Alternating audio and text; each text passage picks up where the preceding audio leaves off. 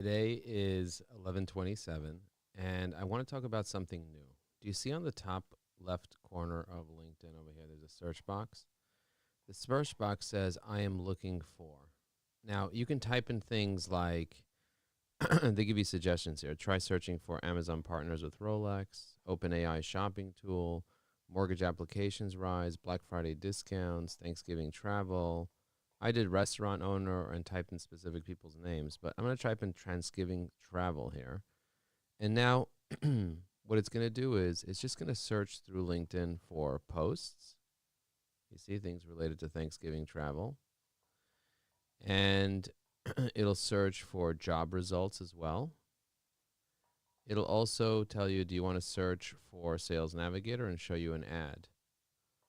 Now, if I want to search something else, I'm going to go here and search something else. I'm going to type in CEOs in NJ that like pizza. Okay, so I'm going to search that. I'm going to search CEOs in NJ that like pizza. Now it's showing me people. Then it's showing me some posts.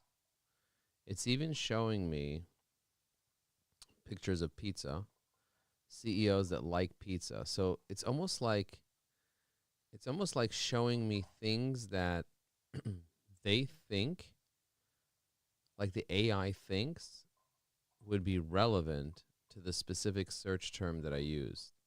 I'm going to zoom out so you can actually see the search on top here.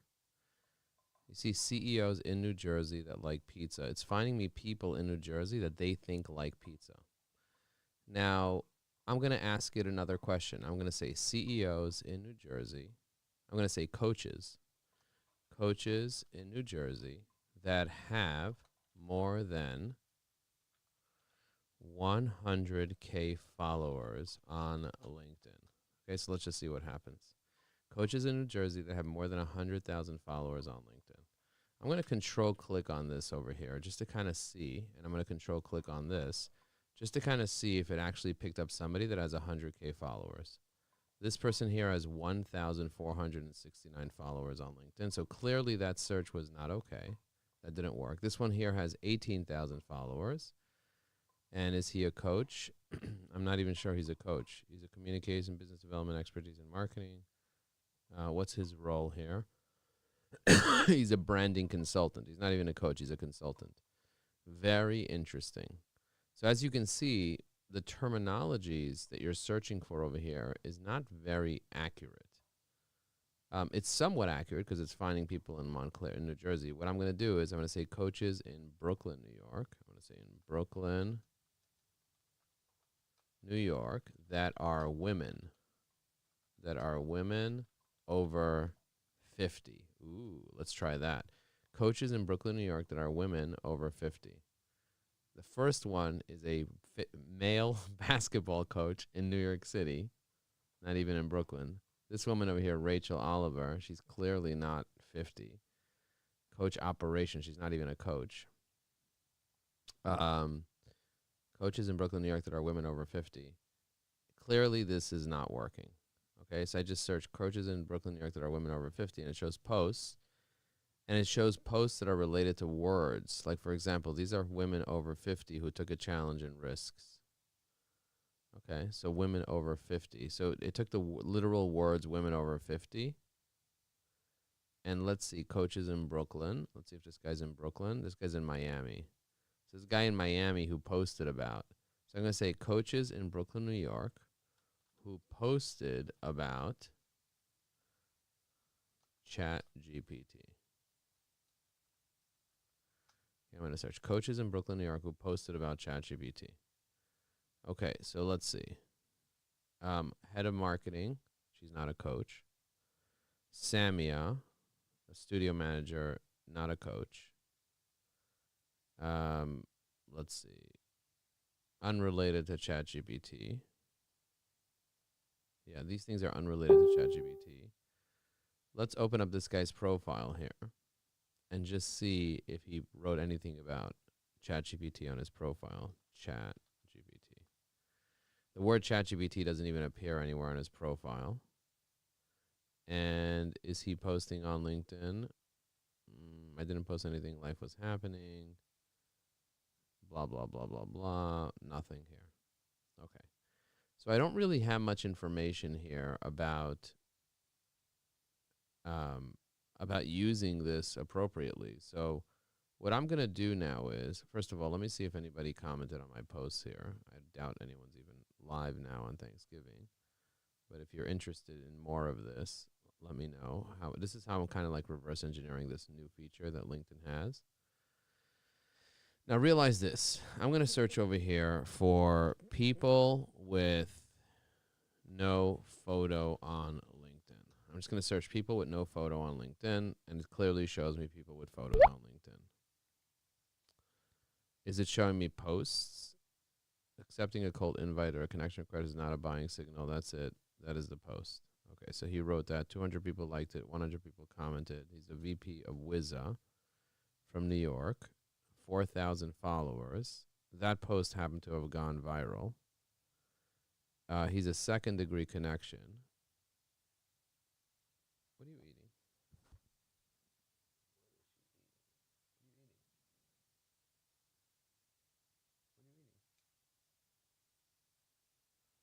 I don't know what she's eating. Okay. She's not eating anything. Sounds like she's eating something, but she's not. This guy looks like he has an interesting profile. Let's see what the comments look like. Okay. Smooth. But what if you like my pitch? Haha, I sent it to you. You see a real buying signal.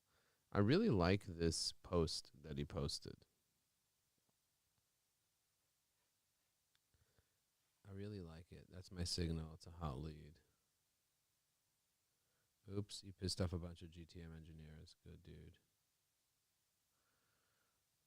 Wait, I thought you meant 100% interested in a 1K a month SaaS product.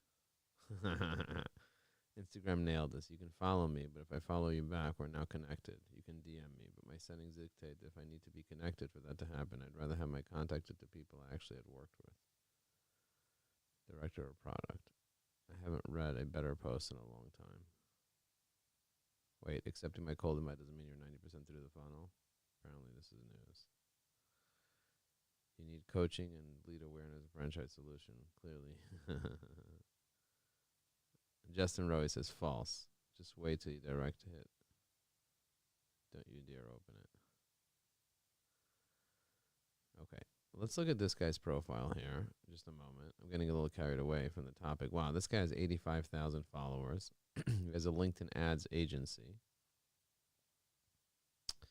I'm going to click on posts over here. And let's see what he has going on here. His posts don't really have a lot of activity, but let's just see. And there's the after party. Let's see what's going on here. Okay, so he commented on this post here. I love seeing what people are commenting on, what they're up to, what they're doing. You can see every single thing he commented on. Isn't that interesting to be able to look through someone's comments on LinkedIn? Interesting, right?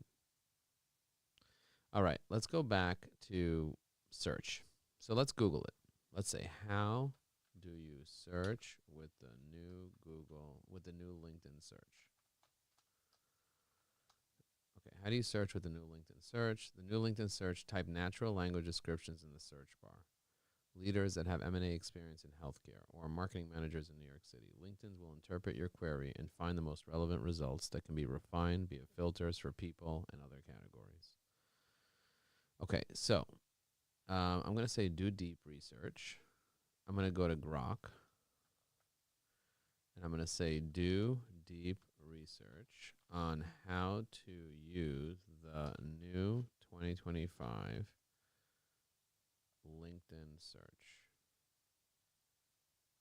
Okay. And then I'm going to click on deep search. I'm going to copy this. I'm going to say make examples and best practices and break down the filters that are there and the ones we lost. No more title in organic.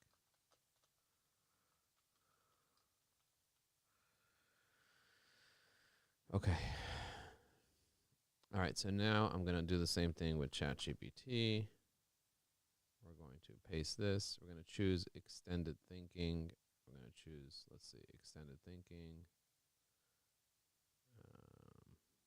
I'm going to press go. It's not even giving me the option for deep research. Then I'm going to do Claude as well. We're going to do some search on Claude as well. Might as well. And over here, we're going to choose extended thinking, research. What is this here? Extended research, thinking and research. I'm going to press go. Okay, so let it do its extended thinking and research. We're going to do perplexity as well. Perplexity. And we're going to do the same thing here. Research. Research any topic deeply. Set sources to search.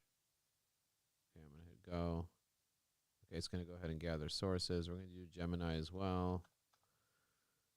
We're going to do thinking with Pro, and then we're going to do deep research as well.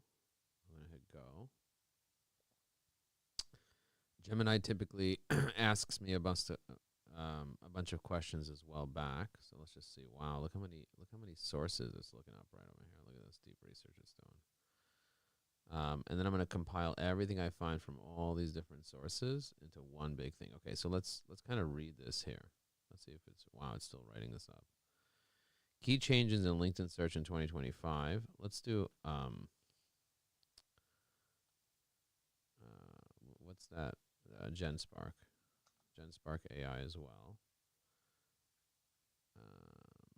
Let's see if we can have deep research done. I'm just going to go here. Let's see what the super agent does from this.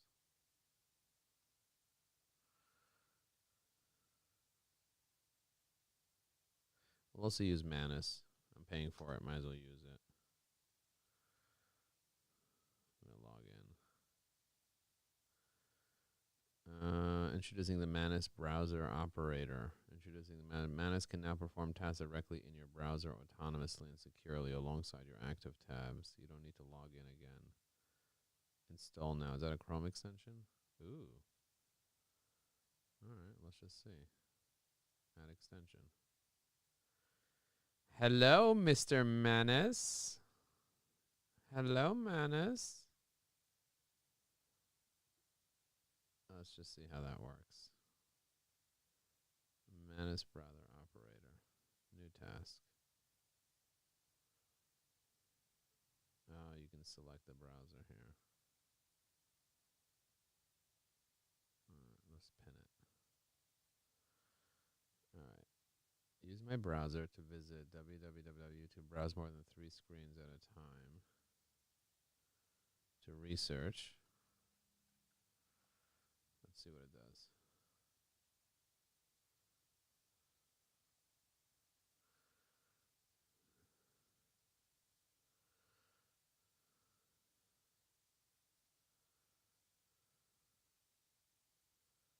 Is it using my actual browser?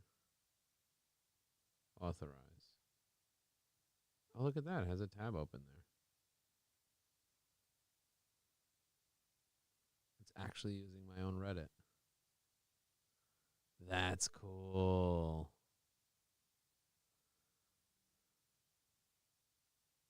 It actually opened up Reddit over here.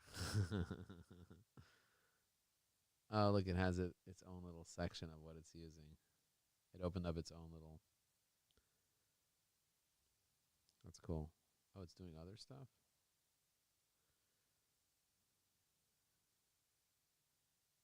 So I gathered the phase-out rollout, but LinkedIn just rolled out a search function for my account yesterday. Oh, look at that. It's doing even more research. Dude, this is hands-off. I'm not doing anything. Manus is doing this. In a completely other section. It's off on its own. It's using its own brain. Oh, my God. That's amazing. Okay. Manus operator. Let's see how this... Your browser already works. You don't need to download a new browser just to experience AI capabilities. Meet Manus Browser Operator. This is a browser extension that turns any browser into an AI browser. It allows Manus Agent to work directly within your browser environment. Grant Manus access to your browser when needed, and sites that you're already logged into, Manus has access.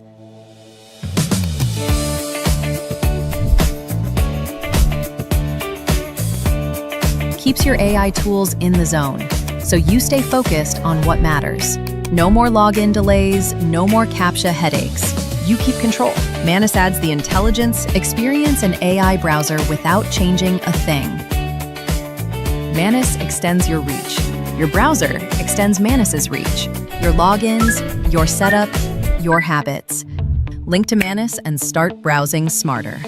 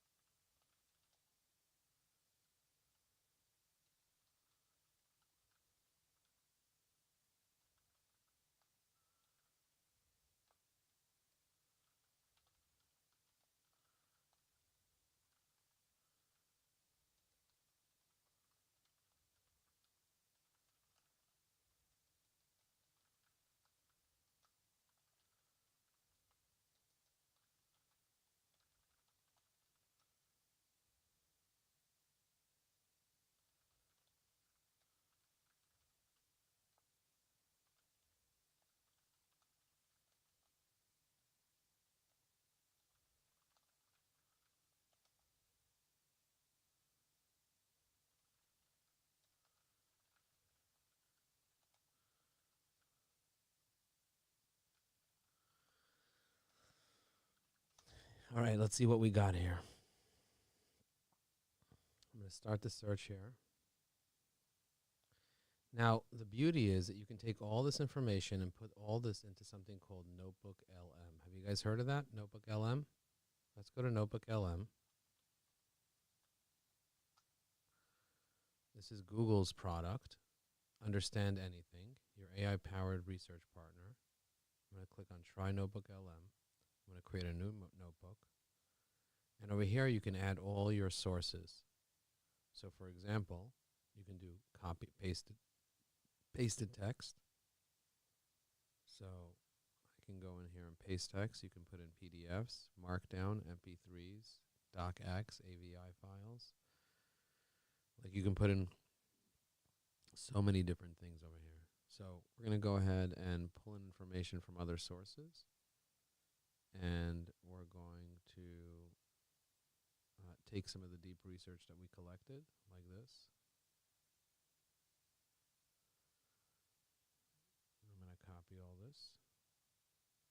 I'm going to go into Notebook LM. I'm going to paste the text in here.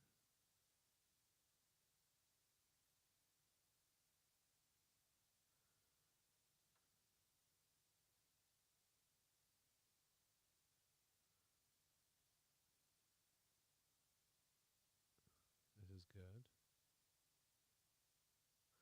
Now I can make a slide deck about this, an infographic about this. I'm going to go back.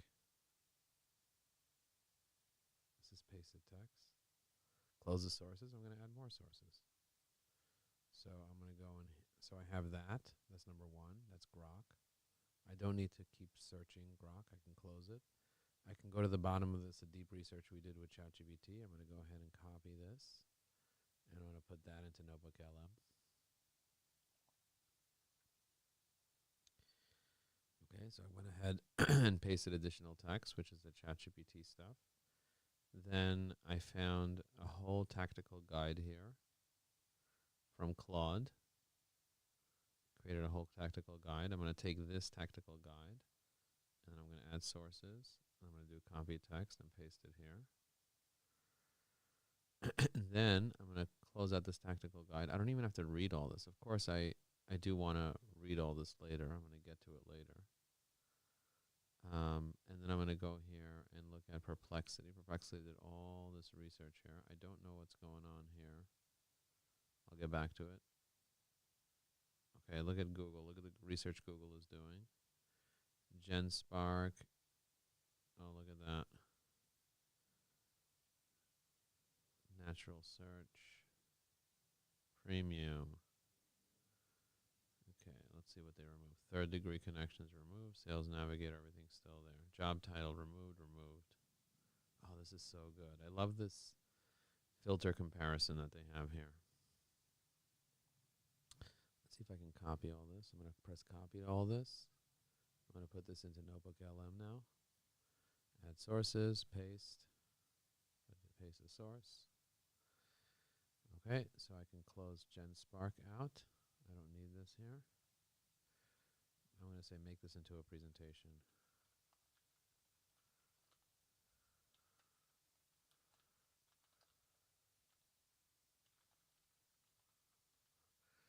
I'm going to press go. And now I'm going to go back to Manus. I'm going to close manus.im here. Oh, look at this. This is a great report. Okay, good. I like this. You did a whole report here. I'm going to take this report. I'm going to do add sources. Copy text. This is the report from Manus. Okay. I'm going to close the Manus report. I don't need this open anymore. I am going to, oh, so now it's making slides. We'll look at those slides later. I'm going to see what Google did here. Google looked at, oh, Google's still doing research. I don't know what happened with Perplexity. I'm just going to refresh. Okay, 7 steps completed. I have a comprehensive information. Let me send you. Okay, so understanding the major shifts, some filters, what means to you, new AI-powered people search. Okay. What filters you lost? Job filter, the biggest loss. You can no longer filter by senior marketing manager. First and last name. Third degree filter. industry filter, followed of filter.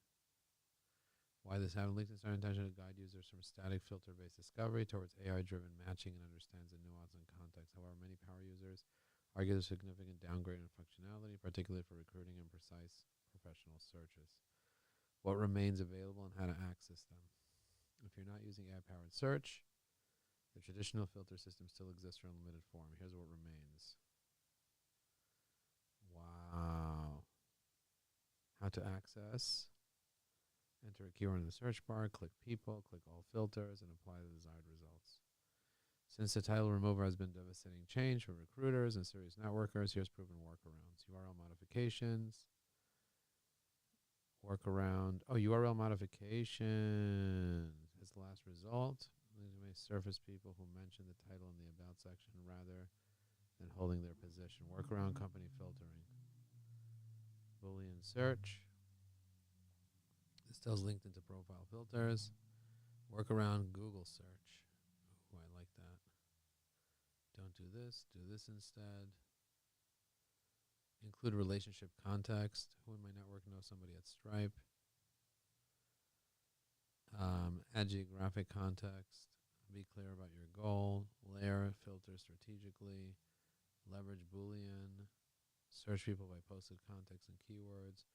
Use job change filter. Wow, look at this. This is insane. The old way, the new way, new approach. I mean, this is just unbelievable. Unbelievable. I'm going to copy all this. This is great. 37 sources. I mean, they all basically got very similar stuff, but like, wow. I'll paste all this in here. All right, so we got this. We are building a masterclass. All right. Oh, look what we got here. The 2025 LinkedIn search paradigm. Unreal. Look at this. Wow, Boolean string library.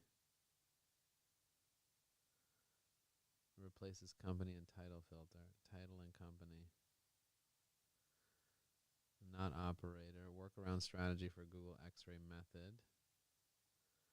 When the LinkedIn interface becomes obsolete, the most effective strategy to bypass it entirely is the X-ray search, which involves using Google to search LinkedIn's public profile pages. Yeah. Why X-ray survives. Google indexes standard web pages. The structured elements, profile, headline is visible to Google crawlers. Therefore, Google advanced search operators can filter these. X-ray syntax. Site colon in title. Ooh, love that. Advanced X-ray templates. Ooh. I love that. Let me try that. Dun, dun, dun, dun, dun, dun. Ah, software engineer. I love that. Sandler. I want to type in Sandler. Oh my God. Yeah, Sandler training. Oh, wow. This is good. This is good. Oh, you know what I just realized? 10K, 14K in title. Let's see. Let's just see if it finds people with 10K followers. 3K.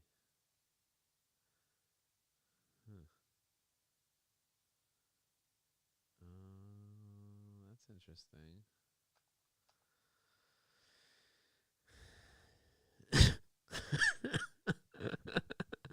This is crazy. Wow, it even tells you. I wonder what this little tells you how many followers they have. That's so interesting that it tells you how many followers they have. Wow, site:/linkedin.com/in. And it, what is this? What is this little thing here that tells you the amount of followers they have? That is pretty epic. Wow. In title, trainer. I'm not a robot. Oh my God, Joe Trainer.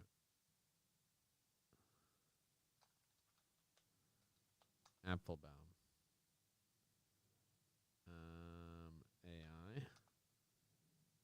Oh, look at that. Look at that. Ooh, Chief GoDaddy officer. I wonder. Wow, how did Gaurav's profile come up on the first page of Google? Did I leave him a LinkedIn recommendation? Am I on his profile? Let's see. Oh my God, yes. In July, I left him a LinkedIn recommendation. That's nice. That is cool. Wow. That is epic. Okay, it looks like Lisa commented on my post. Lisa, great breakdown. The new ISR changes the game. Joe's a rock star. Amazing. Okay, guys, I'm having so much fun doing this, by the way. All right, so now that I have, wow, look at this presentation I just made. This is an epic presentation. The new 2025 LinkedIn search. Oh, it's still making the presentation. Okay, we'll present it soon. All right, so we have this. Template B, the alumni. Okay, site colon Harvard University in title analyst. Ooh, that's cool. The hidden contact. Oh my God, this is good. Limitations of X-ray, data latency, workaround strategy, behavioral content sourcing, exploit secondary databases of alumni, the paywall sales navigator and recruiter, free account, sales navigator core, profile optimization, reverse engineering the algorithm, and then conclusions. Okay, wow, look how many sources. Ridiculous. Okay, let's share and export, copy context. This is so good. This is so good. Oh my God. I'm going to press copy. Let's go to Notebook LM and let us create a new source. And let's click copy text and paste it in here. All right, so now we have all these crazy sources. What are you going to do with all this? Let's click a video overview. Generate an explainer video presented to you by AI. Should we do that? Okay, let's do that. It's generating a video overview of this. I cannot wait to see this. This is crazy. It's making a video right now. It's making a video of this. This is insane. I'm going to send this to John Lim so he can see what I'm doing here. This is insane. Evie.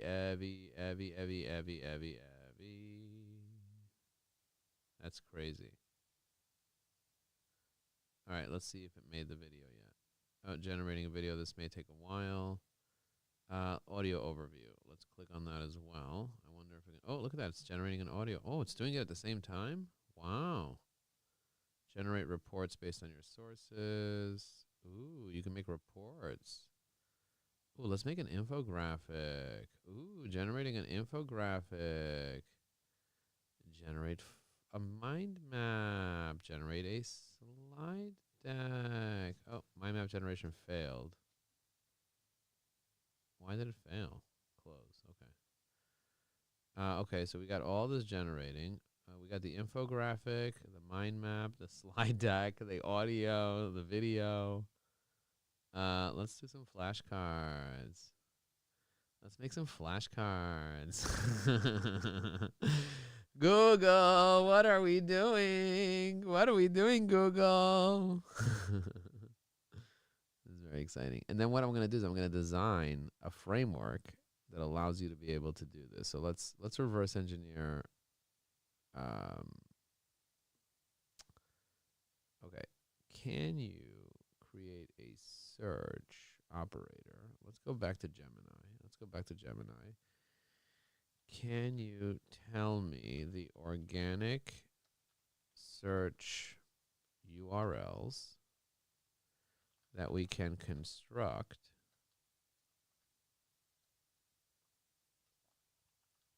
to search first name, last name? Let's just see what happens. Let's see if we can do it. Can you tell me the organic search URL so we can construct first name, last name? We could take a Can we take up deep research?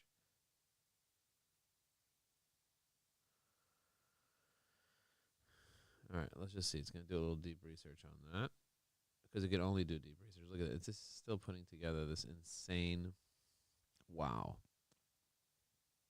this insane research. Unbelievable. Unbelievable what we're producing here. I'm going to share this as a post on LinkedIn. You know that, right? But I'm going to see if the Google one is better. The Google Slides might be better. Ooh, look at the flashcards. What is the most significant filter removed from organic LinkedIn? The job title. Okay. LinkedIn's new 2025 Search Premium subscribers is described as AI-powered. The new AI search interface eligible for users, the search bar prompt has changed to search to I'm looking for. Ooh. What is LinkedIn's likely business motivation for removing organic title? To push power users to upgrade to paid products like Sales Navigator and Recruiter.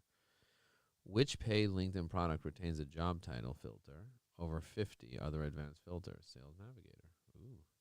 The term Google X-ray search as a LinkedIn workaround. A technique used at Google site operator to search public LinkedIn profiles, bypassing some of LinkedIn's internal search limitations. Okay. What is the correct Google X-ray syntax? LinkedIn's main search bar, Boolean, must be used uppercase. Oh. What is the purpose of using quotation marks in LinkedIn Boolean?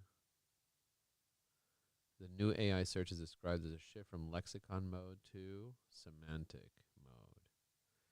Besides the title filter, which other related fields are removed? Third degree filter. What is a major reported issue in new AI search accuracy? It often mixes current and former employee results. What is a manual workaround for finding employee-specific titles? Navigating the company's employee list and scrolling down. How should you optimize your LinkedIn headline to be found in AI semantic search? Use a descriptive headline that includes your title, niche, and key skills, not just a generic title. What spotlight filter remains available and useful in targeting decision makers? Change job in 90 days. Okay. One workaround title search for a free account that involves dedicated title fields. Keywords. What is the key limitation? Google's index is outdated. The new AI search architecture often characterizes blank because the criteria. Okay, black box. What is the field command hack that could search replicate the lost title filter? Title equal job title. Ooh. Title equal job title. Explain. What the fuck is title equal job title? Explain. Let's see. What does that even mean? Brianne, we're meeting in 3 minutes. Oy, I got a meeting in 3 minutes, ladies and gentlemen. By the way, is this valuable to you guys? Let me know in the chat if you guys are getting value here right now. Yeah, I'm doing a LinkedIn Live about it right now. Doing a LinkedIn Live about it right now. Yeah. That's it, baby. That's what I'm doing. Unbelievable. These changes are major. Let's just see if the video finished. Oh, your research will soon begin. Okay. Let's go back here. Refresh this page. Oh, look at that. Tina says love reverse engineering. Okay. Let's see if anything else. Oh, so it explained it. Here it explained it.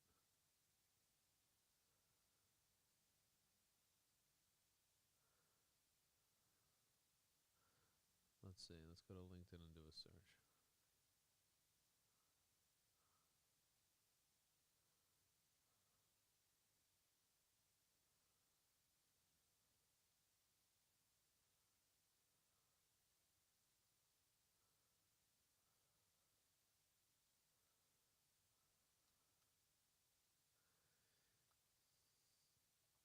Let's see what it does.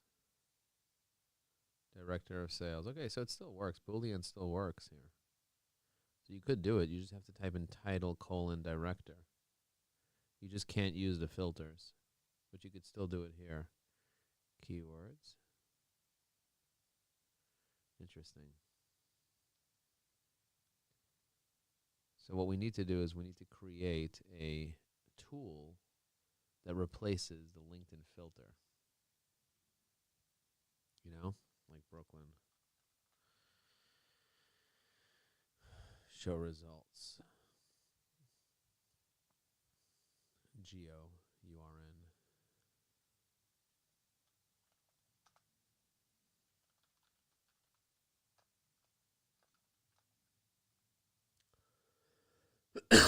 Let's see what it does.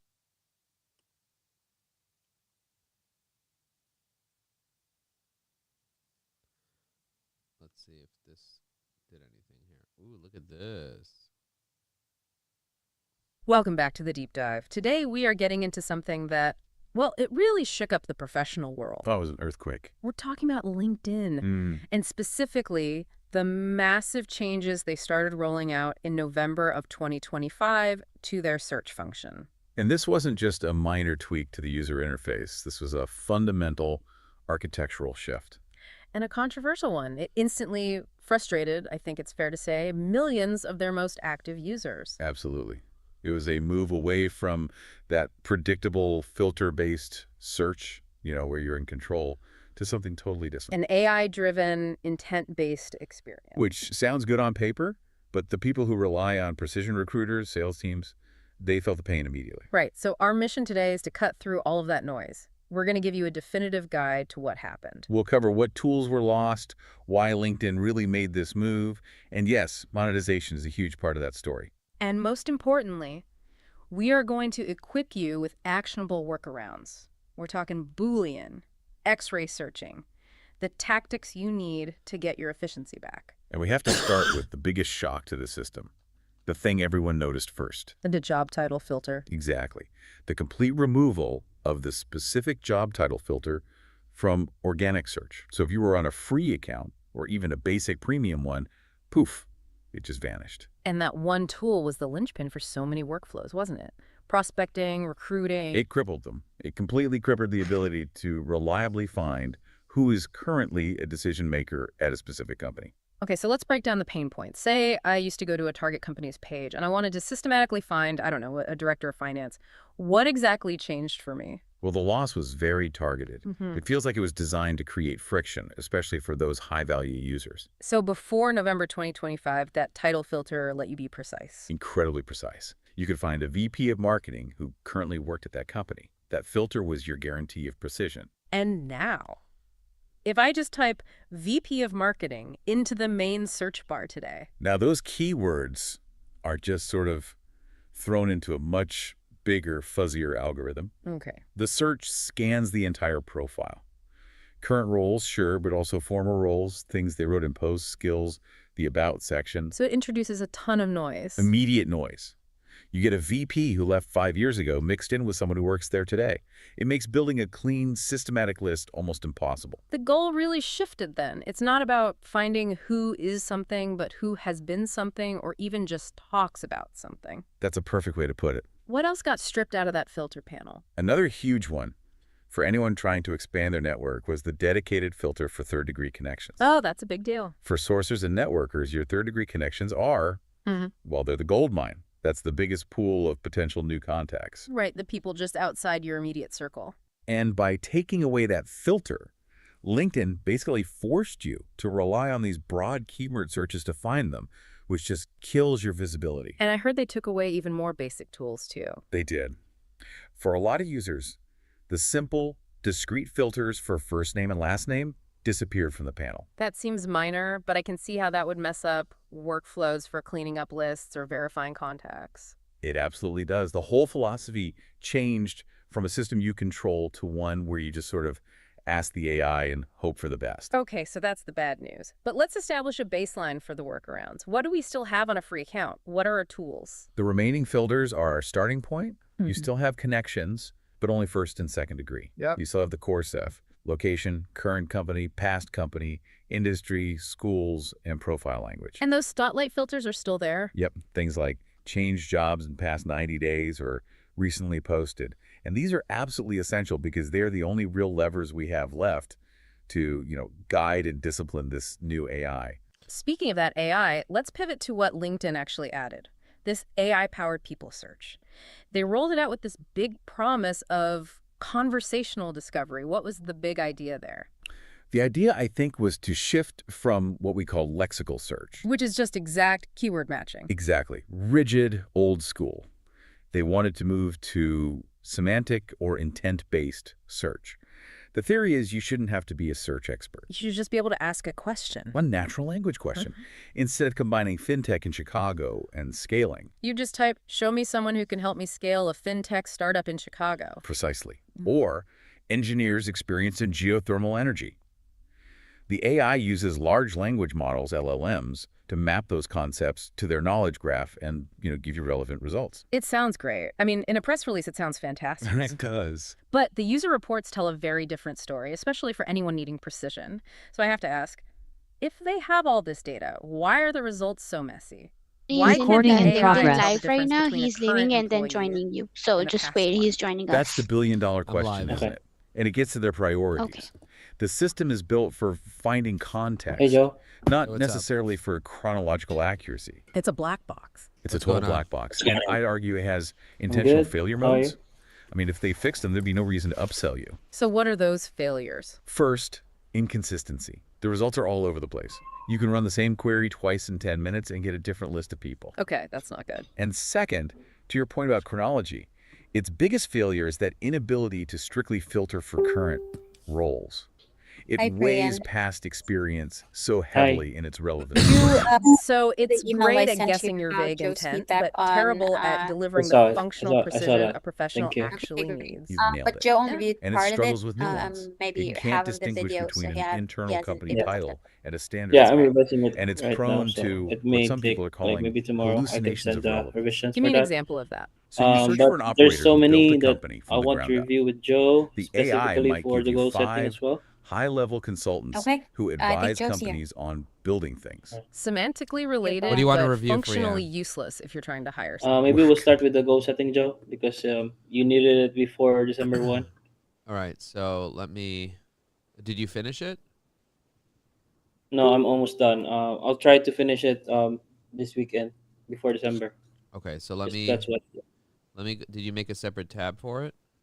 Yes, it's called Goal Setting Masterclass. All right, let me open it up now and so you did 15 videos so far. Yeah. Is it taking you much longer to do each video than a normal video? Yes, Joe. So much harder, but obviously I tried to make it more engaging as possible. But each video is like 2 minutes long, right?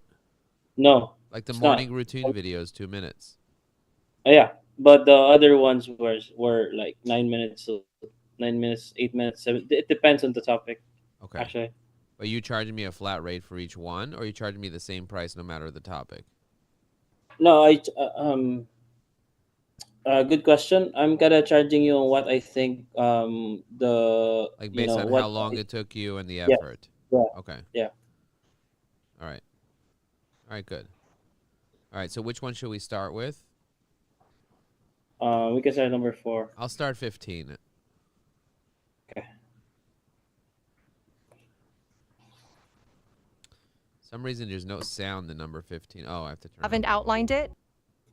We are back. Now we're in Module 7 called Schedule. And in this video, we're going to Are you talk having about a building cold, a Joe? powerful morning routine. Let me share my Even if you audio. haven't outlined it, you already have a morning routine. You brush your teeth, get dressed. So why not optimize it to reach your goals? We have a limited amount of time each day, so we need to We are back. Now we're in Module 7 called Schedule. And in this video, we're going to talk about building a powerful morning routine. Even if you haven't outlined it, you already have a morning routine. You brush your teeth, get dressed. So why not optimize it to reach your goals? We have a limited amount of time each day, so we need to focus and prioritize. How you start your day sets the tone. Many people hit snooze repeatedly, but pressing snooze on life isn't intentional living. Waking up late often means skipping the gym or personal priorities. You have the time to achieve your goals. You just need to prioritize it. To wake up early, you need to go to bed at a certain time. Your morning routine actually starts the night before. Depending on when you want to wake up, plan to sleep 7 to 8 hours earlier. Turn off screens at least an hour before bed to improve sleep quality. Sleep happens in 90-minute cycles, which cleanses your brain. Your last thought thought before sleep influences your subconscious. So avoid negative thoughts or scary movies before bed. Focus on gratitude, your goals, and priorities. This puts your mind in a positive state overnight. Being in a high vibration state like gratitude or joy helps attract what you want: money, relationships, health. Reviewing goals before sleep trains your brain to find ways to achieve them. When you wake up, your morning routine sets up the day. Popular routines include journaling, exercising, showering, walking the dog, or other priorities. Write down your current routine and your ideal routine. For example, I drink water first thing, weigh myself, and put on running gear immediately to build a habit. Making your bed is another simple way to start your day feeling accomplished. Another key is when you check your phone. Avoid Instagram or emails first thing. Outline your morning routine, including when you reconnect with technology. We provide a framework to help you do this. You won't be perfect every day, but following your routine most days leads to better productivity, accomplishment, and progress toward your goals. Following your routine builds self-confidence in your ability to plan and execute. Download the framework and get ready for the next video, where we'll talk about time management and staying focused throughout your day.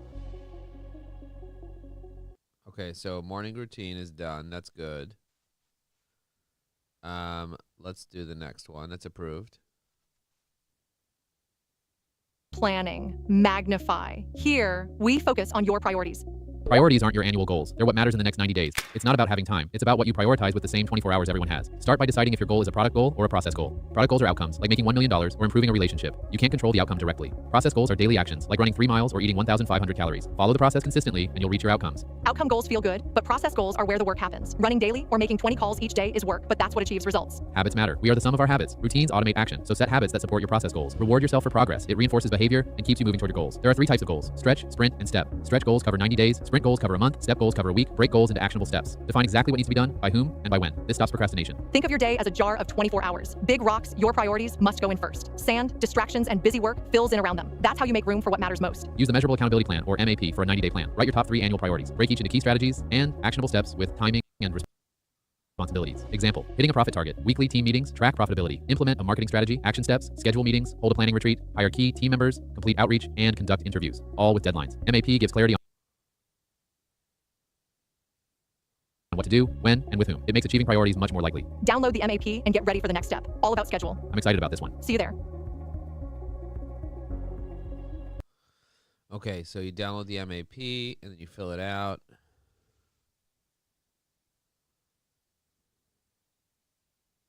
Specifically, the second step, perspective. Right now, we're talking about the annual plan. We just completed the Vivid Vision exercise. Hopefully, you have a clear picture of what you want to create in your life 3 years from now. The goal is to back that down so that by the end of this year, you're at least 1/3 of the way there, about 34% closer to your vision. Exactly. If you achieve nothing this year, you'll have 2 years left to hit your 3-year vision, meaning you'll have to do half of it next year. That's too much. So let's break it into smaller, manageable chunks, a third each year. Now, what does it mean to actually set a goal? Many people were never taught how to set a goal properly. Let's clarify what a goal is and how to make it actionable. We'll start by making a list of goals for the end of the year. We've all heard of SMART goals. What are SMART goals? Specific, measurable, attainable, relevant, and time-bound. I like to tweak it a bit. Strategic and motivating. The goal should inspire you, be realistic, actionable, and data-driven. It should fit today, not what was relevant years ago. Right, goals should inspire you. Like David Allen says, and realistic, and importantly, measurable. For example, instead of, I hope I lose weight, say you will run 3 miles a day. That's measurable and actionable. The point is to be specific. Don't say, I want more money. Be clear and precise. There are 3 ways: by number, currency, or percentage. For example, I want 10% more revenue. Stretch goals are also important. Don't make it too easy, but don't make it impossible either. Yes, it should be challenging but realistic. Frequency or time-based goals are another option. I'll hold a Monday huddle every week for 52 weeks. Those are actionable and measurable too. And the goal should excite you. Remember passion from earlier? Goals aligned with your why create desire and motivation.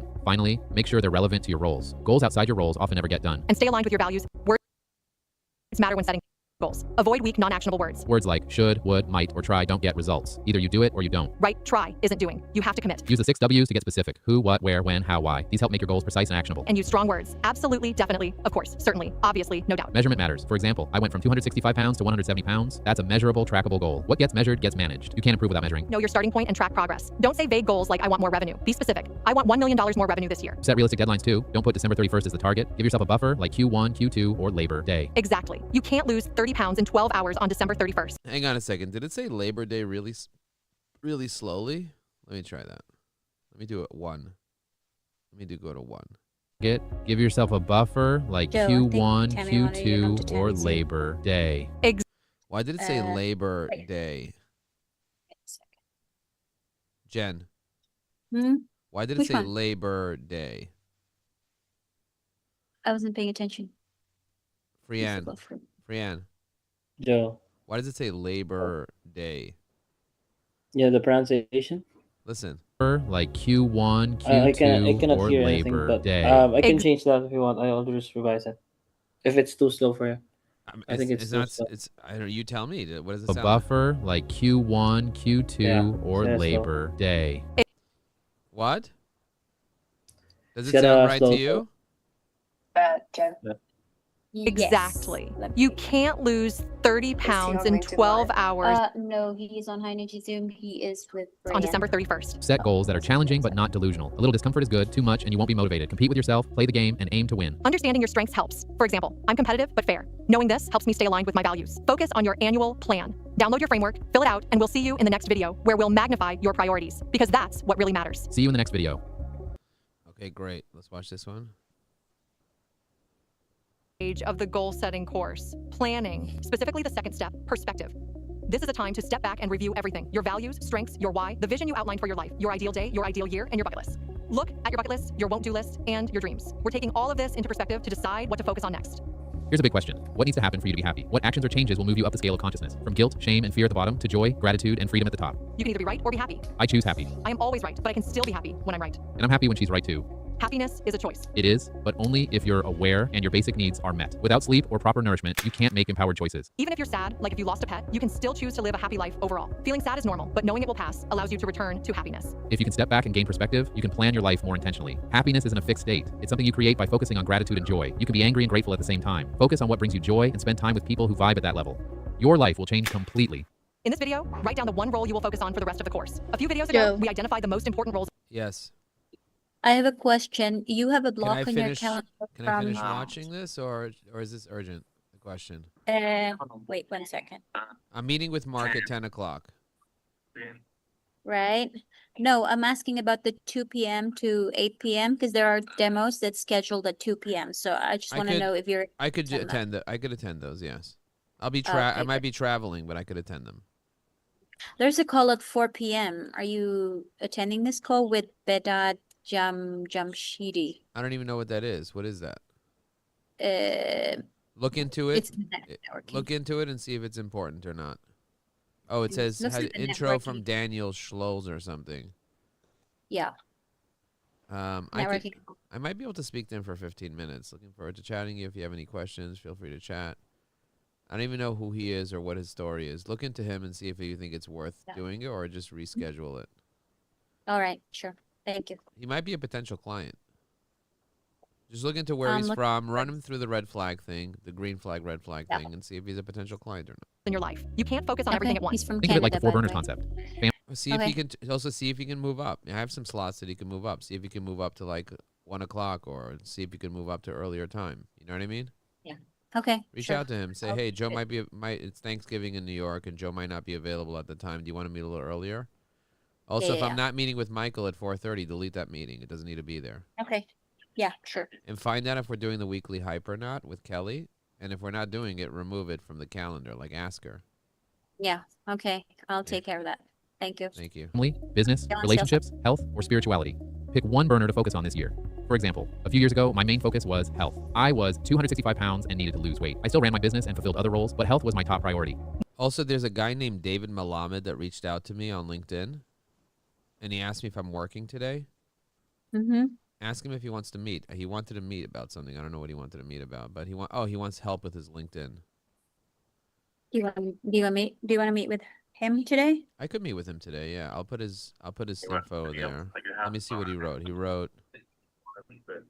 I don't know what he wrote over here. Did he send you a calendar? He wrote this. Uh, Oh, this is 2011. What the heck? Where did he send? He sent me a message, and now it's only showing 2011. Maybe WhatsApp? Hang on a second. Let me go back. He Yes, sent me a here. He sent me a message over here. Give me one Oh, sec. because he sent this through Sales Navigator. He said he wants to grow his LinkedIn seriously on Tuesday. Here, this is what he sent me on Tuesday. Okay. Yeah. I'll email him and see if Find you out want if to. he wants to chat now. Find out if he wants to Okay. chat this morning. Did you send me his email? I Okay, did. I I see put it. it in. I put it in notifications. Okay, got it. Thank you. I'm gonna say make me a bunch of URLs, and I will test. All right. Let's see. What were we doing? Oh, I forgot. Here we go. When you focus on one priority, you can give it the time and attention it needs while still maintaining your other roles. Look at your bucket list, values, and what brings you joy. Review the past year and identify what needs focus. This step gives you perspective on how to set meaningful goals moving forward. We're not saying you can't focus on other roles later. For this course, pick one role so you can clearly achieve the goals for that role. You can revisit other roles later. This is a checkpoint. You've done the foundational work, values, strengths, commitments, and now it's time to pick one role. For me, it's business. What's yours? Take a moment to write it down. Some roles might be holding you back from achieving your dreams. Consider dropping or phasing them out. For example, leading multiple networking groups took too much of my time. And By the way, Frian, did you enjoy making this video? Yeah, because it's different now. It's teaching you a lot of stuff too while you're doing it? Yeah. Okay. Yeah, good. for sure. didn't support my other goals. Leaving those groups disappointed some people, but my priority is not to please others. I want to live a life that's empowered, free, and aligned with my commitments. I'm focusing on business as my primary role. Take a moment to write down yours, then let's move to the next video. We'll see you there. By the way, if you guys are watching this on LinkedIn Live right now and you're getting value from this and you want to take the goal setting masterclass and watch all the videos, it's currently available. So just let me know, hit me up privately and let me know that you want to watch this. Because we're on LinkedIn Live now and YouTube Live and all that. Let's watch this one here. Okay, so that's 12, 13, 14, 15 are approved. We are in the second stage of the goal setting course, perspective. Specifically the second step, planning. You've already picked one primary role to focus on. If you want to do this for another role later, you can come back to this step. Except for that Labor Day thing that I told you about. Just fix that. Now we're going to identify a vivid vision for 3 years from now. We have a framework to fill out that also asks you to outline your vision for 5 years, for 10 years, and even 40 years. Think about what it looks like to live into that vision. Start with 3 years from now. That's a practical horizon to make your goals actionable. Check out the handout we're providing, which includes a chapter from Cameron Herold's Double Double. It explains how to double your business repeatedly and emphasizes creating a 3-year vision. Some people do 10-year or 40-year visions, but the main idea is, what do you see? What do you hear? If it's business related, what are your clients saying? If it's family focused, what are your friends or family saying about you? What's the buzz in your community? Or what are employees or children saying about you? What's your communication style? How do you show up? Do you sit up straight? How are you living day to day? Paint a detailed picture. The more detail, the better. Check that your vision aligns with your core values and your why. Are you leveraging your strengths? Do you need to build new ones to make this vision a reality? What are your daily actions? Every single day matters. A few years ago, I wrote a vision where I wanted to retire by 40. I mapped out every step I needed to take to make it happen. Without a vision, you won't go anywhere intentionally. You have to know where you want to go before you can plan the steps to get there. Some people call this a big, hairy, audacious goal, or BHAG. A single sentence can capture your 3-year vision. Just get started. Writing it down allows you to share it with the people who matter so they can support you. Exactly. Go work on your vision framework. I love this. This is such a good video. Well done, Frian. Thank you, Joe. Let me see if you could search for.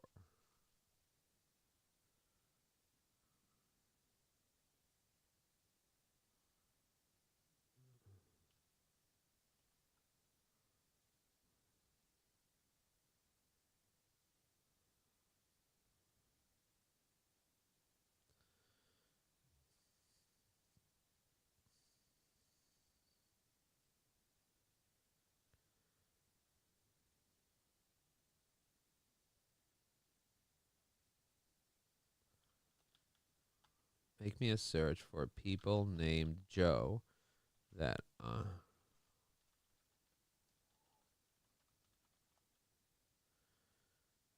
that are my first degree connections.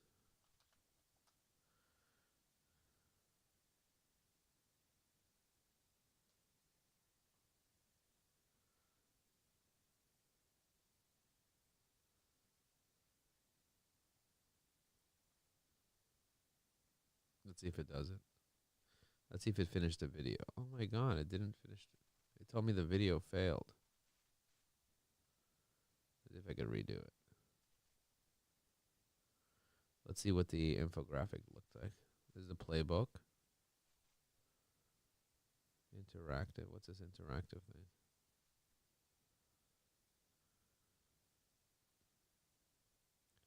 Welcome back to the deep dive. Today we are getting into something that, well, it really shook up the professional world. Oh, it was an earthquake. I don't know what that is. Oh, interactive? What does interactive mean? Hang on a second. It said, oh, bypassing LinkedIn's thing. And then it said LinkedIn filter removal. What's this? Guide. Oh, there's a guide. Ooh, look at this. How cool is this? This is cool. The 2025 LinkedIn Search Shake Up, your survival guide. Ooh, I love this. This is good. Good content. I'm gonna share this.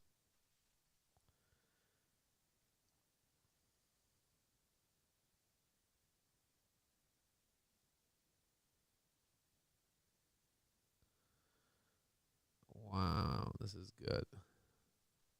Where should I share this? On LinkedIn?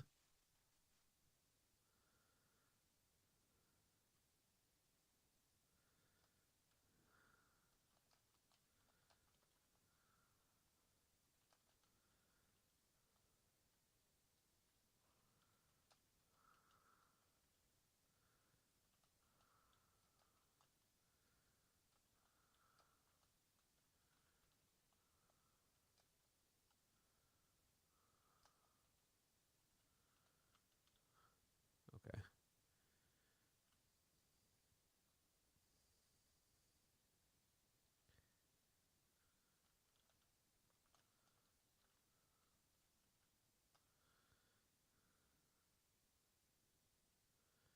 Let's see if it's able to just do that.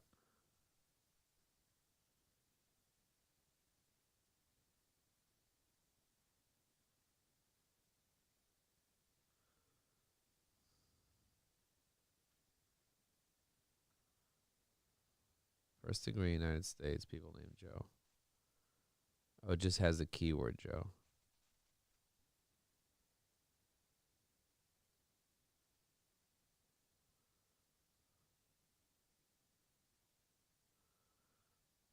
Okay.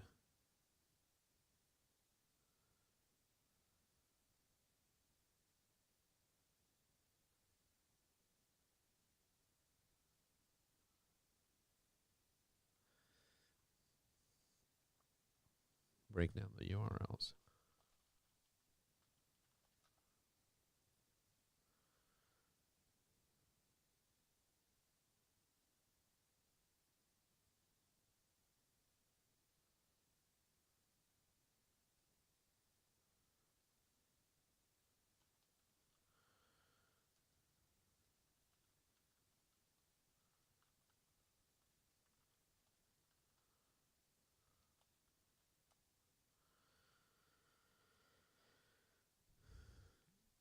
Like try to make me a search URL with the old title search and see if it actually works when you just put it into the URL, or it doesn't work. I'm getting carried away here. Did you want me to do something else? Okay, we finished planning, right? That's approved. Welcome back. We're now in the 4th module called Dreams, and we're going to talk about planning. What big problems do you want to solve in the world? I want to end world hunger, for example. People stop dreaming. The truth is, most adults eventually stop dreaming completely. They're just living their life, going through the motions. Well, yeah. When you get bogged down in the day-to-day of life and you have kids and you're stuck in a job you don't love, it becomes harder and harder to dream. Remember when you used to be a dreamer, years and years ago, when you had big visions? Wait a second. What happened over there? Remember when you used to be a dreamer, years... What was that slap? Down in the day-to-day of life and you have kids and you're stuck in a job you don't love, it becomes harder and harder to dream. Remember when you... What was that? Frianne? Joe, can you repeat again? What was that slap? Listen. Harder and harder to dream. Remember when... What happened there? It becomes harder and harder to dream. Remember when you... Did you do that on purpose? Yeah, I did that, Joe. That was so weird. I don't know. It's just so weird. Harder to dream. Remember... It seems like it's a mistake.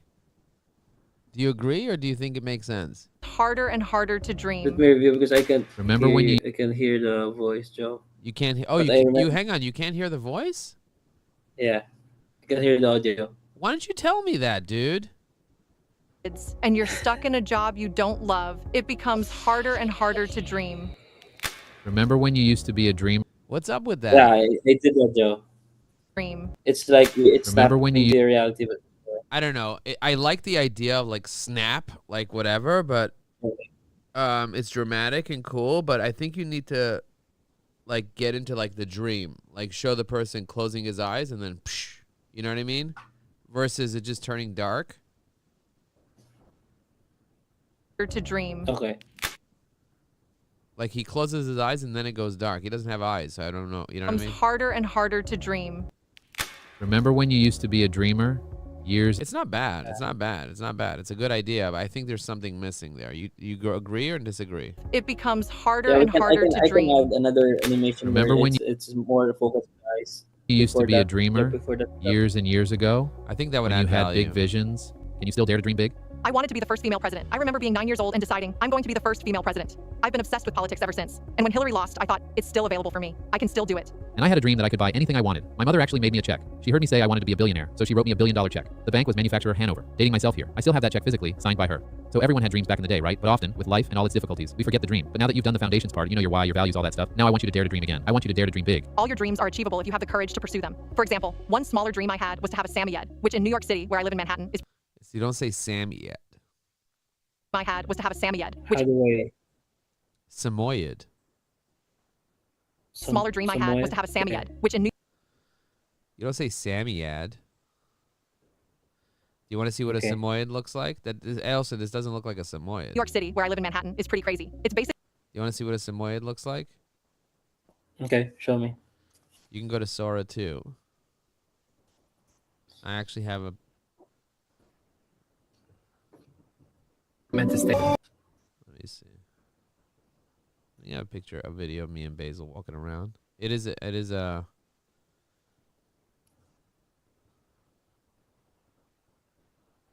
character we created.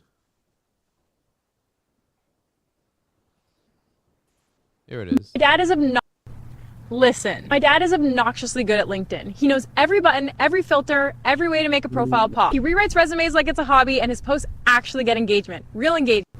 Listen, my dad is obnoxiously How do I get clients on LinkedIn? I post, I comment, and still nothing sticks. Maybe it's time to focus. That's a Samoyed. Get it? All right. Okay. I'm going to say Basil. Basil the Samoyed giving a class to other Samoyeds on how to use LinkedIn. Okay? All right. I'm going to make a... Best LinkedIn trainer on the planet. I trust him. I suggest you use Evie AI, his sales assistant for social media.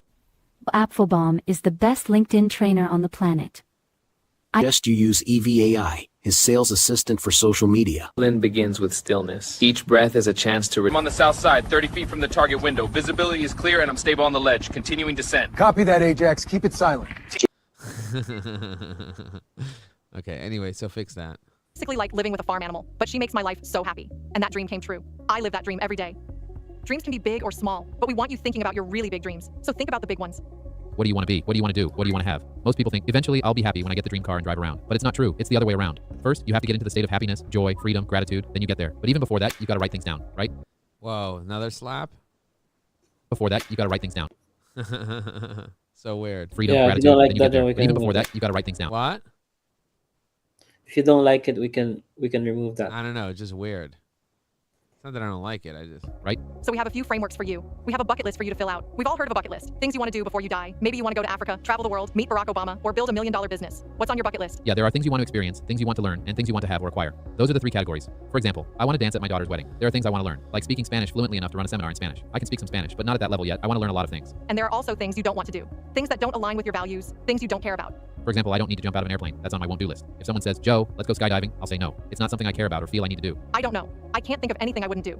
Why do we even make a won't do list? When you get clear on what you'll say no to, it becomes easier to say yes to what matters. For example, maybe you say, I never need to go to Somalia to meet a pirate. Great, that's clarity. If someone dares you to eat a cockroach, also a no. It's on your won't do list. You don't need to do it to feel important. If someone says, Joe, you should run a marathon or an Ironman, I don't need to. It doesn't matter to me. You did a half Ironman, an amazing feat. I'm so proud of you. But just because it made you feel special doesn't mean I need to do an Ironman too. It's simply not on my list. I don't feel the need to train 3 years for something that isn't meaningful to me.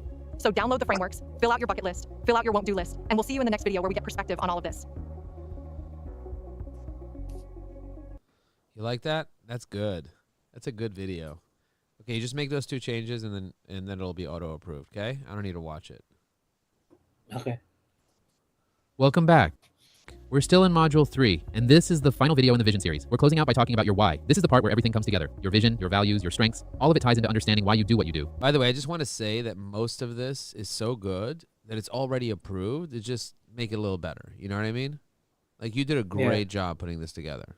Your why is the driving force behind everything you do. It's the deeper meaning that fuels your actions, your choices, and the goals you set. Exactly. Your why is that inner engine. It's what pushes you forward when things get tough, and it's what keeps you grounded when things get chaotic. And here's the thing. Most people skip this part. They set goals, they create plans, but they never take the time to understand the purpose underneath it all. And when you don't know your why, you burn out faster, you get lost more easily, or you create goals that don't actually feel meaningful once you achieve them. So in this video, we're going to help you uncover your why and make sure it aligns with the vision you've created in the earlier exercises. Take a moment to reflect on past successes. What patterns do you notice? What moments made you feel proud or fulfilled? Often the clues to your why are hidden in these experiences. Now, there are different layers of why. There's the surface level why, things like security, income, stability, and then there's the deeper why, the emotional driver that ties into your identity, your purpose, and how you want to impact the world. For example, someone might say, I want to earn more money. But when you dig deeper, the real why might be, I want to create safety for my family, or I want to have the freedom to choose how I spend my time. And when you anchor your goals to that, the deeper why, everything becomes more powerful. You make better decisions, you stay consistent, and you feel more fulfilled. So take a moment after this video and explore your why. Ask yourself, why does this matter to me? And every time you answer, ask again, and why does that matter? Write down each layer as you uncover it. Seeing your why on paper helps you clarify the emotional force behind your actions. You'll often notice connections between goals you thought were unrelated. Keep digging until you get to the emotional core. That's the why you want to anchor your vision to. And remember, your why can evolve. Life experiences, growth, and challenges sometimes refine it. The key is to stay curious and honest with yourself throughout the journey. And once you've identified it, write it down in your vision worksheet. Make it something you can revisit whenever you feel stuck or unmotivated. Think of your why as a personal compass. It shows you the path when you're uncertain, and it aligns all your actions with what truly matters to you. So yeah, download the framework, explore the deeper reasons behind your goals, get clear on what truly drives you, and we'll see you in the next video. That's good. That's approved. Let's do the values exercise.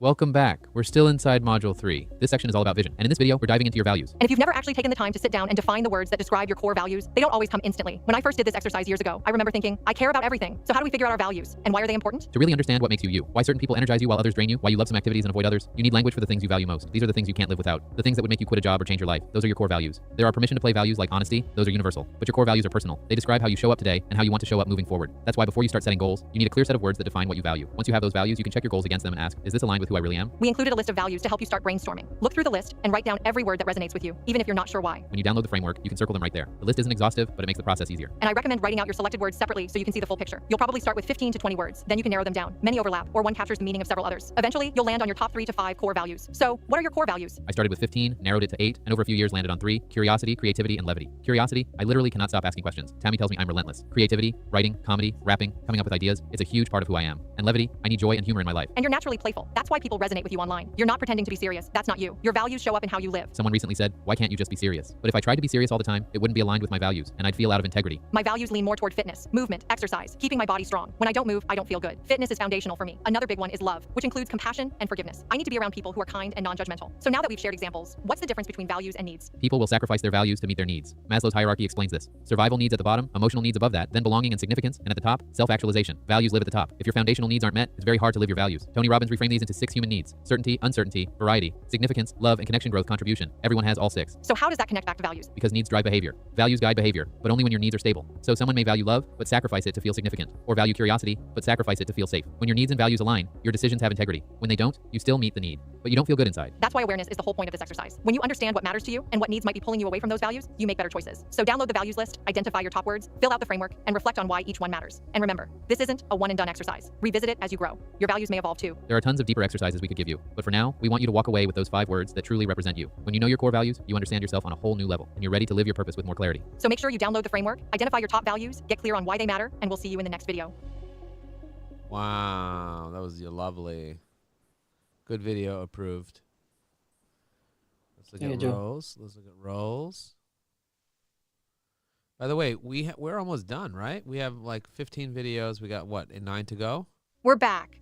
Yeah, We're still in Module 3 called Vision, and we're going to talk about roles. I'm excited about this one because we're pulling together a lot of what we've already talked about. So what exactly is a role? Well, for example, I have the role of doggy mama. And I have the role of instructor. I also have the role of employer and manager. And I have the role of father. I have the role of daughter, sister, half-sister too. Lots of people. 20 plus people and counting. I support many people. But what's funny is, she didn't even know she had that role until recently. The thing is, we make commitments in our lives. When you make a commitment but don't honor it, you end up not feeling good about yourself. When you break a commitment, you create open loops. We all have them. The commitment's tied to our roles. And if we're not aware of our roles, we end up living in a way that lacks power and freedom. A commitment is a decision. It's saying what we're going to do or who we're going to be. When we don't live up to that, we let ourselves down. We feel disempowered, sad, and disappointed. Sometimes we even have roles we don't realize we've taken on. I had an employee who thought she could come in whenever she wanted. I said, no, this is 9 to 6. That's the commitment you made. She said she never fully committed to that role. And that's okay. Now that the commitment is clear, we can address it. It's not about being a bad person, just identifying the root problem. A commitment assumed but never agreed to. Exactly. I met someone who said he was in a committed relationship. I asked, what does that mean? He said, why put labels on it? You don't need a label, but you do need clarity on boundaries and expectations. That's what matters. So what's one role most people have but don't even recognize and might be the most important? Let's see. Dog mom, sister. Taking care of everyone else. And who are you not taking care of? Myself. Exactly. Most people forget that the most important role is the role of self. Especially women. We take care of others. others. We're nurturers, but you can't care for others if you don't care for yourself. Think of the plane. Put your oxygen mask on first. Your cup must overflow first. At a seminar, I learned if your cup isn't full and people drink from it, you get drained. But if your cup is full and overflows into a bowl, others can drink from the overflow and you still stay full. You gain energy and power to give because you filled yourself first. No one else can do it for you. It's about your health, happiness, passions, and goals. Exercise, make time for yourself, and maintain physical health to live vibrantly. And love yourself. Pamper yourself. Do things that bring joy. It might sound odd, but no one can love you as deeply as you can. You don't need to focus on yourself all day, but set aside dedicated time for you. Celebrate your accomplishments too. Often we hit goals and don't acknowledge them, then wonder why we don't feel good. Recognizing your achievements builds power. And your emotional state matters. We're generous and forgiving toward others, but struggle to offer that to ourselves. Forgive yourself. Let go of resentment, past mistakes, or expectations. When you accept yourself and honor the role of self, you build a foundation strong enough to create anything. Neglecting self keeps you stuck, maybe resenting others instead of taking responsibility for yourself. If you don't take care of yourself, your kids get half a parent, your employees get half a CEO, and your audience gets half your presence. Sometimes sacrifices are necessary. I remember a company birthday when Joe was missing. I was frustrated, but he needed to take care of himself. It was more important than disrupting the party in a triggered state. Recognize when others take care of themselves, support and celebrate them. Everyone must prioritize self before they can serve the community. Being proud of others for taking care of themselves and not resenting them is powerful. Gratitude, joy, and high states of consciousness require your basic needs to be met. Oxygen, water, rest. Look at your roles. If you're not a 10 in the role of self, figure out what would make you a 10. Then look at other roles. Father, CEO, speaker, board member. Identify gaps and resentments. That's why we created a framework for you. List all your roles. Choose your top 5.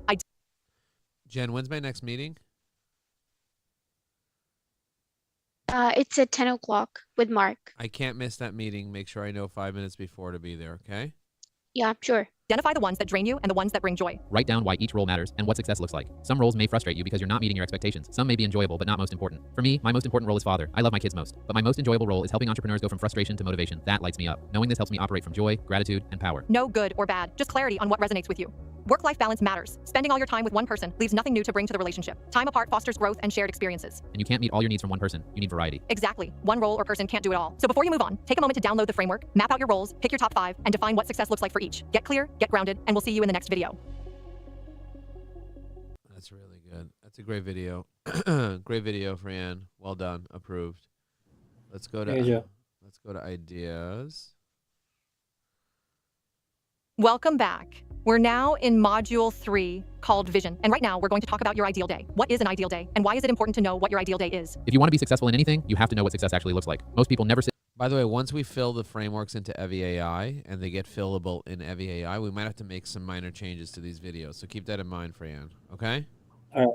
Down to identify their ideal day. They think their ideal day is running away from their current life and going on vacation. Right. Being a beach bum in Tahiti, margarita, or apple martini in hand, thinking that's the ideal day. But why isn't that actually the ideal day? Because you get bored so fast. How long can you sit alone on an island doing nothing that brings you fulfillment? A day, a week, a year? You'd hit a point where it's just empty? Exactly. Sitting on a beach all day isn't fulfilling because there's no progress. Sure, it sounds great, but doing that every day forever, that's not it. So the point of the ideal day is, if you had to live the same day on repeat, like Groundhog Day, what would make you feel happy, productive, and fulfilled? Yeah, you play a bunch of roles in your life. Some you love, some you don't. All those roles show up in your day. If you could magically piece all your responsibilities and commitments together like a puzzle, what would the perfect picture look like? What would you be doing, feeling, and experiencing for the day to feel truly ideal? And before we even get into the details, I know people immediately feel anxious thinking, well, I have roles I only do once a month or once a year. Hang on a second. I wanted to post this post just when you're living up to your infographic. LinkedIn is a black box.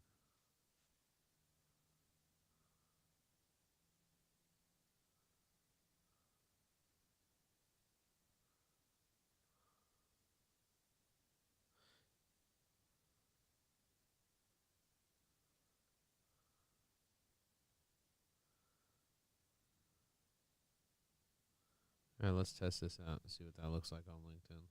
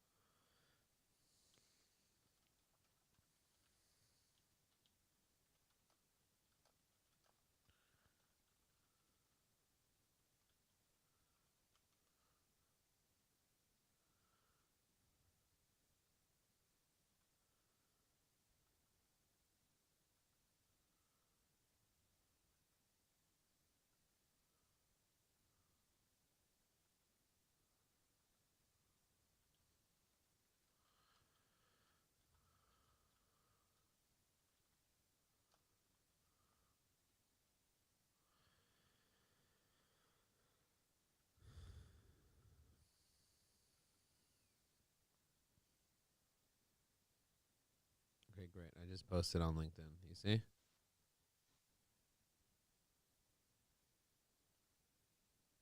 I'm going to use Evi AI's URL cleaner. to clean the URL. And now that I have this clean URL, I could go to LinkedIn and let me comment on that. I can go into the messaging box, find a group, a support group. Joe, also, I think Rayan is asking for a video for the connections dashboard. Oh, okay. He doesn't know how to. You mean for the demo thing? No, it's for the Evi AI tutorial video. Oh. Did you go to the school community to check for it? I don't think Brian did. Brian, do you know how to search in the school community for it? Did you create that? Oh, I'm not sure if it's updated. Is it? I can search for that, but I have one. The latest one I have is August 24. No, sorry. It looks like August 2024. Wait. Yeah, I'm just worried it's gonna be like updated or. First, March 29th. You want me to check? The last tutorial is enriching your LinkedIn. Connections dashboard. Explain. February 28th. Let's watch this one. August 24th, February 28th. Looks like it's pretty. Yeah. Let's watch it. So what is a connections dashboard strategy? Well, you need to segment your connections to be more strategic. Having a connections dashboard with all your connections and knowing who you recognize, who's strategic for your business and who you can prioritize, that's where the gold is. Not just hoarding connections. So export your LinkedIn connections, export your Facebook friends, export your iPhone contacts, your Google contacts, your Instagram followers, even all your CRM contacts, pull them all out. And then let's put them into a dashboard so that we can recognize who you know, who you don't know, who's strategic for your business, who's an ideal prospect, who's an ideal center of influence, and then segment them into ideal prospects, niche lists, so that you can start reaching out to the right people. One of the biggest problems people have with LinkedIn specifically is that they're hoarding connections. Now with Evi AI Pro, we allow you, as your sales assistant, to have a strategic approach to everything that you're doing. So let me show you what one of our connections dashboard looks like right now so you can understand how this works. So imagine taking all of your contacts and putting it into a list. And now you have the first name, last name, LinkedIn URL, email address, phone number, position. When you connected with the person, you can do a Google search with a click of a button. You can filter by year. So for example, if I want to see all the people that we connected on a particular year, I'm going to go here, I'm going to clear, and I'm going to go down to, let's say, 2019. Now I filter for all the 2019 people. If I want to research any of these people, I can research using a bot. And just like this, in a matter of seconds, I'm able to just research, and boom, it starts researching the internet and pulls all the information about this person, their target audience, the key solutions they offer, how she helps clients, contact information, email, phone, LinkedIn, Instagram. This is for every single connection. And in seconds, all the awards that they have, the potential business opportunities. If you want to be able to grow your business, if you want to be able to have authentic relationships, you need to have a LinkedIn connections dashboard, a proper dashboard to really understand who you're connected to where. And if you want one of these dashboards, just connect with me. Let me know that you're interested in this, and I'll tell you all the details about how you can get Evi AI Pro. Boom. Is that fine? Or do you need something more detailed? Yeah, that's good. I can use that. We do have other videos here. Here's another tutorial from March. That's the February tutorial. It's a little short. This one's a little bit long. Hey Jeff, I made you a LinkedIn Connections dashboard. Thanks for being a client of Evi AI Pro. So let me teach you how to use this dashboard. Okay. First thing you want to do is you want to notice that up here you have different rows and different columns. So the first row is first name, last name, URL, email, company position connected on AI research, Google search, and then you're connected. Now in the column K, I want you to write yes for anyone that you recognize. So for example, if you recognize this person, Alexander. Yeah, this is a better tutorial here, the one from March. The other one like explains what a connection. So you can kind of use text from both. You know what I mean? The other one explains the concept of a connection dashboard. This 3-minute video gives you an actual tutorial of how to use it. You with me? Okay. Yes, you have two options. You have the March option and the February option. Do you need me to make another option? That's a good job. I can use that. Okay. All right. Let's keep playing this. Year, that's fine. You don't need to cram everything into a single day. Start with your ideal day, then you can build your ideal month and your ideal year. For example, in my ideal year, I travel internationally for 1 week, but that came after getting clear on my ideal day. We are the sum of our habits, our daily patterns. The things you repeat every day shape your life. If you design the right daily patterns, your whole life improves. Stephen Covey talks about this in the 7 Habits of Highly Effective People. Begin with the end in mind. I'm not telling you to plan your tombstone. I'm saying start with your day. And this really matters. Joe asked me this about 4 years ago, and at first I didn't even understand the concept. But 4 years later, I realized I'm living my ideal day now. Literally this year, I've been living the ideal day I defined back then. Once you get clear, your actions, conscious and subconscious, start aligning. It becomes easy to make it happen. For me, my ideal day includes what time I wake up, what time I go to bed, how much I sleep, and how I want to feel. So no alcohol, no drugs, eating healthy, probably not eating meat because that doesn't make me feel good. Lots of veggies, exercising for an hour, working 6 or 7 hours, feeling productive, moving projects forward, communicating with my team, after work, spending time with friends, calling my family, hanging at home with my dog, taking my dog for a walk, and then winding down for bed. Achievement is a science. It's repeatable. Fulfillment is an art. You have to define it for yourself. There are tons of books on building a multi-million-dollar business, but none on what fulfillment looks like for you. Your ideal day is part of discovering that. We have a framework called the Ideal Day document. It helps you outline what you want happening on your ideal day, what you don't want happening, what must happen every day, and who's part of your day. Your partner, your kids. Do you have a dog in your ideal day? Do you you have help in the house? Do you drive somewhere specific? Are you watching a sunset over the Atlantic Ocean? And location matters too. For me, where I live is a huge part of my happiness. The environment of my home affects my ideal day. Your values will shape your ideal day differently, but you need to know what they are so you can outline your day around them. If you can design a day that genuinely feels amazing, you can build a life that feels empowered, free, and full of vitality. That's what we're after. So fill out the framework and we'll see you in the next video.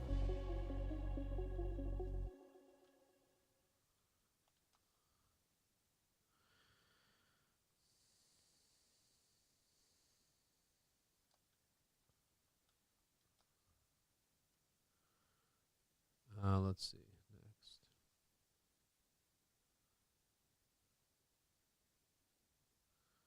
What is going on? Okay, so ideal day works. That's fine. Did you see anything there that you didn't like, or it's all good? I thought it was fine. Welcome back. We are now... Brianda, was it all fine for you? It was all fine for me. In the purpose stage of the course, inside the second module called Issues. And this video is all about beliefs. Beliefs are so important because they drive us to take action. Beliefs create certain feelings, empowering or disempowering. Beliefs are literally at the core of what makes us do things or not do things in life. Right? Like, I might believe that you'll get annoyed hearing our culture dog drink water in the background. But that's an old, disempowering belief. And whether you heard the dog or didn't hear the dog just now, what matters is understanding that you have beliefs and they've been programmed into you from society, your experiences, your past. And if you want to change your results, you have to understand how your beliefs are driving those results. Tony Robbins teaches a 4-part framework for this. Your beliefs, whatever they are, lead to your sense of potential. Whether you believe something has potential or not. Because if you don't believe you can do something, you don't even see the potential to do it. If I don't believe I can run a 4-minute mile, I'm never going to run one. But if I believe I might be able to, then I start seeing the potential. And if I see potential, I might start taking action, like running every day. And what happens when you take even a little action? You get results. Right? Once you take action, you get results. And when you get results, what do you now have? A more empowering belief. It reinforces itself. Oh my gosh, I started with a 7-minute mile. Now I'm at 6, now 5. And the more results you see, the more you believe. And the more the belief grows. So it's important to start with a foundation of positive, empowering beliefs that support taking action. And I tell people this all the time. Even if you start with disempowering beliefs, you can still begin with action. Action creates results. Results strengthen new beliefs. Even words can be action. Keeping agreements, honoring your word. Saying certain things like affirmations helps too. And becoming aware of the beliefs in your head, actually writing them down, helps you identify which ones need to be converted from disempowering to empowering. But it doesn't happen without action.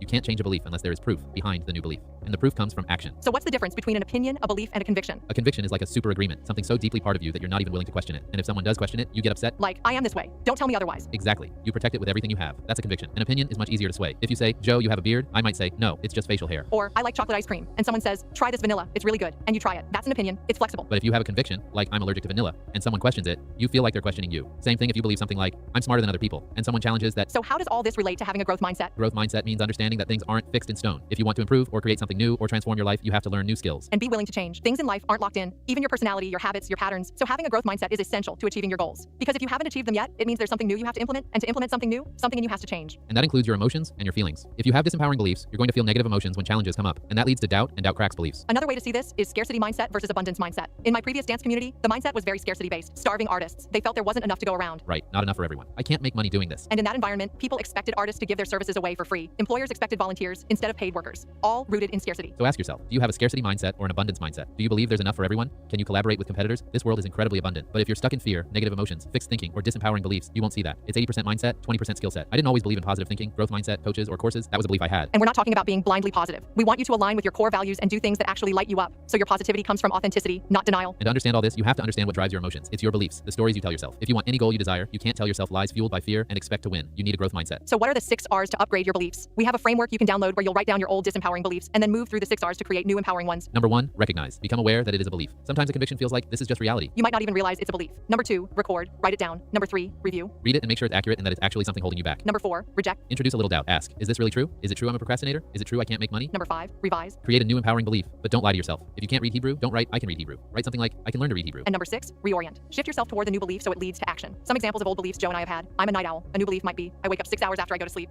That's neutral and true. And Joe was able to go from going to bed at 2 a.m. to going to bed at 9:30 p.m. and waking up at 2 a.m. Exactly. These are patterns, habits of thought. They help us survive. But if you want to take your issues to the next level, identify the beliefs that are stopping you and optimize them. Download the framework, fill it out, and share with us the beliefs you've shifted. We'll review everything in the coaching session. And when you have total clarity on what you need to do, what's stopping you, and how to fix it, you gain energy and power. Clarity creates motivation. And that's where I want you to go. We'll see you in the next video.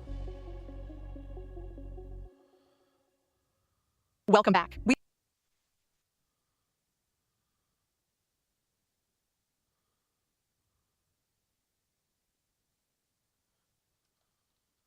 Joe, Ash is here.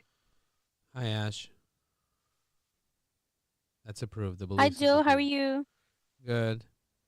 So you want to know how to find people in Canada? Yes, I've added the filter, but like it is showing no contacts. Do you want me to share my screen? No, I don't want you to share your screen. I want you to look at my screen. Okay. Okay, See sure. see where it says show filters? Yes, in the context section. Yeah. So And then I move to if you put location, it's not going to work. If you put country, it's not going to work because most people don't have the country filled out. yeah. People That's have what I was doing. people have phone number filled out, right? Mm-hmm. Yeah. So if you search 787, let's just say that's a Canadian area code. Nothing comes up. 416. No, not phone. Here, phone. 416. Yeah. You press apply. It's going to show you all the 416 numbers. You see? You see all the 416 numbers? It's actually loading for me. Like I can see your screen, but not the 416. You don't see my screen? I am seeing your screen, but it's a little bit low, like slow. It's a little bit slow. Yeah, now I can see 416. You see the way I filtered for 416? So what you could do is you can tag all the people that are 416 as Canada. Like you can just select all.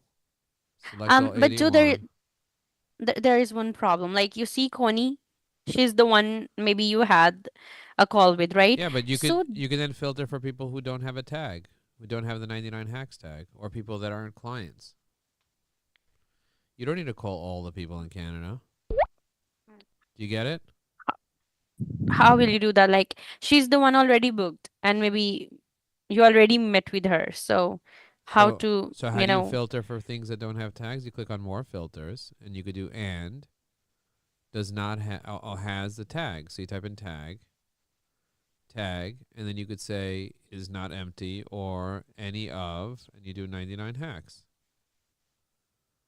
And you press apply, and now it shows all the people that have 416 that are 99 hacks people. You see? Yeah. It shows how many people? 100 people. 61 people, you see? Yes. So you can call all these people. They're in Canada right now. Lance is a current client. Yeah. So if he says he's a Remy client, is already booked for the meeting. right? So you can go through this, and Damien also. Damien is already booked. What you could do is you could also filter for if they're in a certain stage. So let's click on more filters. Let's click on and pipeline. Joe, we have a meeting with Mike in next 5 minutes. Okay, thank you. AI pipeline stage, you go to 99 hacks, you just select, and you could say contact made, contact attempted, you see? You do apply. Now you can see all the people that are 416 that are contact attempted, and then you press the call with Wave, and it just calls all these 33 people. And then when you change to more filters, you can change 416 to 787. Apply. Or you can change it to whatever the Canadian area codes are. So if you're not sure what the Canadian area codes are, what are the Canadian area codes? 416, 613 is this, 604 is this, 587, 780, 41. Now if you want a full list, you can go to Gemini.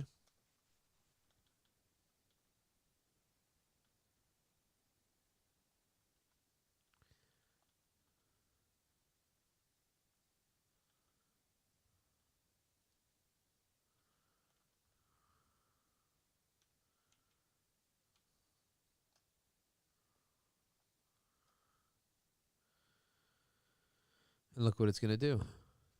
It's going to make you a full list of all Canadian area codes.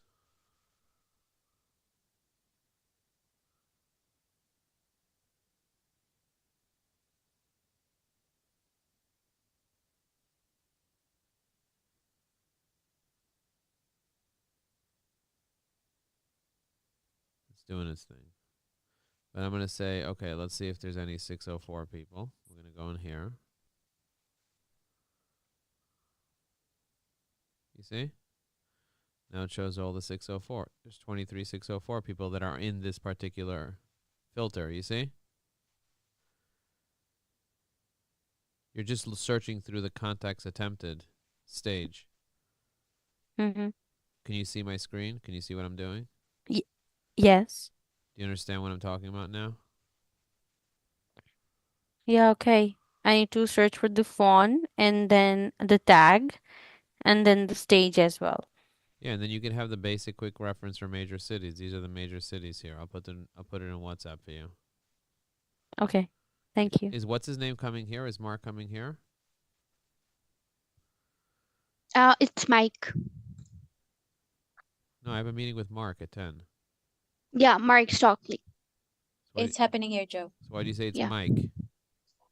Sorry, I mispronounced the name. Okay. Have we already watched this? Let me see if he's coming. Mark. No, we haven't watched this one.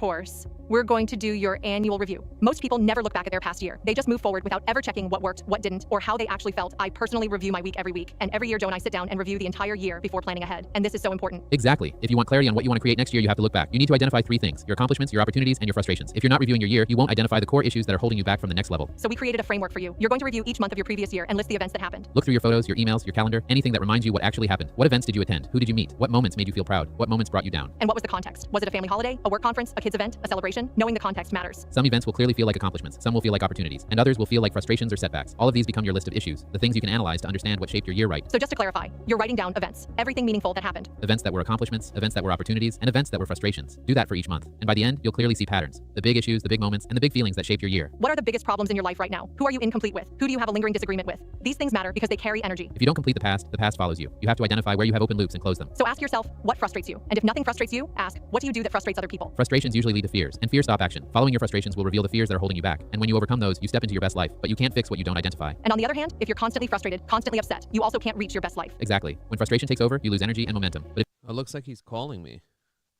I missed a call from him. Hang on a second. Let me pick up the phone. Let me call him back. Okay, it looks like he's calling me. Let me stop my LinkedIn Live. Let me find my LinkedIn Live. I'll see you guys soon. I'm going to speak to him now. Bye, everyone.